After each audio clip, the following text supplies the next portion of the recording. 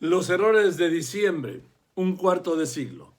Se cumplieron 25 años, ya un cuarto de siglo, de la devaluación del 19 de diciembre de 1994, al terminar el gobierno del presidente Carlos Salinas en el siglo pasado, lo que llevaría al país a la peor de sus crisis, a la nunca visto, y a una ruptura tampoco vista entre el presidente entrante Ernesto Zedillo y el presidente saliente Carlos Salinas de Gortari.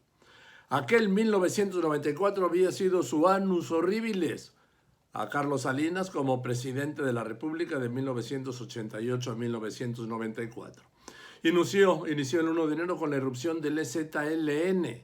Luego vendría el conflicto Camacho-Colosio por el protagonismo de uno, de Camacho, y la campaña del otro, de Colosio, que no cuajaba, la campaña presidencial. Colosio era el candidato presidencial. El asesinato del mismo Colosio el 23 de marzo de aquel 1994. El encontrar un candidato que Salinas no tenía y que recayó en el mismo Zedillo.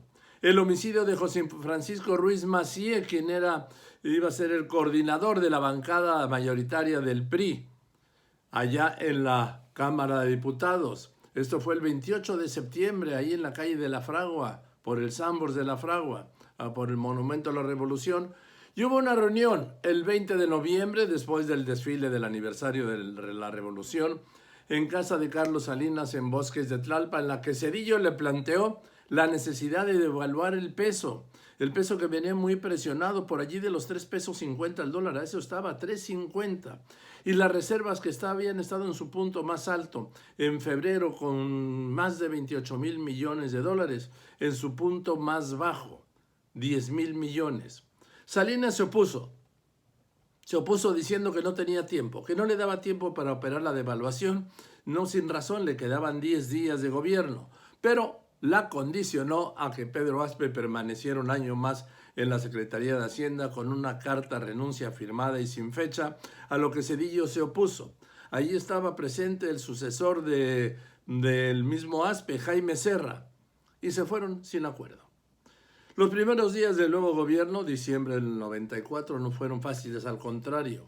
El 17 de diciembre, en una reunión del llamado Pacto, donde se reunían empresarios, líderes sindicales y secretarios del gabinete, Serra, ya como secretario de Hacienda, planteó subir el techo de la banda en la que se movía el peso. Y con eso se fue la mitad de las reservas, ya en 10,000 millones.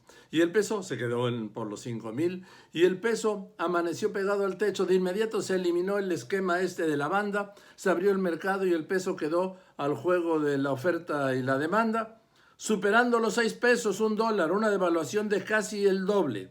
Ese fue el toque de piedra del conflicto entre Zedillo y Salinas. Salinas exigía que se reconociera que el error de la devaluación había sido de Zedillo y no de Salinas. Los errores de diciembre, como los calificó el mismo Salinas. El 29 de diciembre renunció Jaime Serra a Hacienda y lo relevó Guillermo Ortiz. La reserva estaba en menos de los 5,000 millones de dólares. Hoy ronda los 180,000. El conflicto se agravó. El 1 de marzo de 1995 fue detenido Raúl Salinas, acusado del asesinato de José Francisco Ruiz Massieu el 28 de septiembre del 94. Y 2 días después el expresidente inició una huelga de hambre en Monterrey. ¿Se imagina todo eso hoy? Y todo comenzó por la autoría de la crisis que llevó al país a la peor crisis de que haya registro. Y todavía nos dicen que esto es una crisis.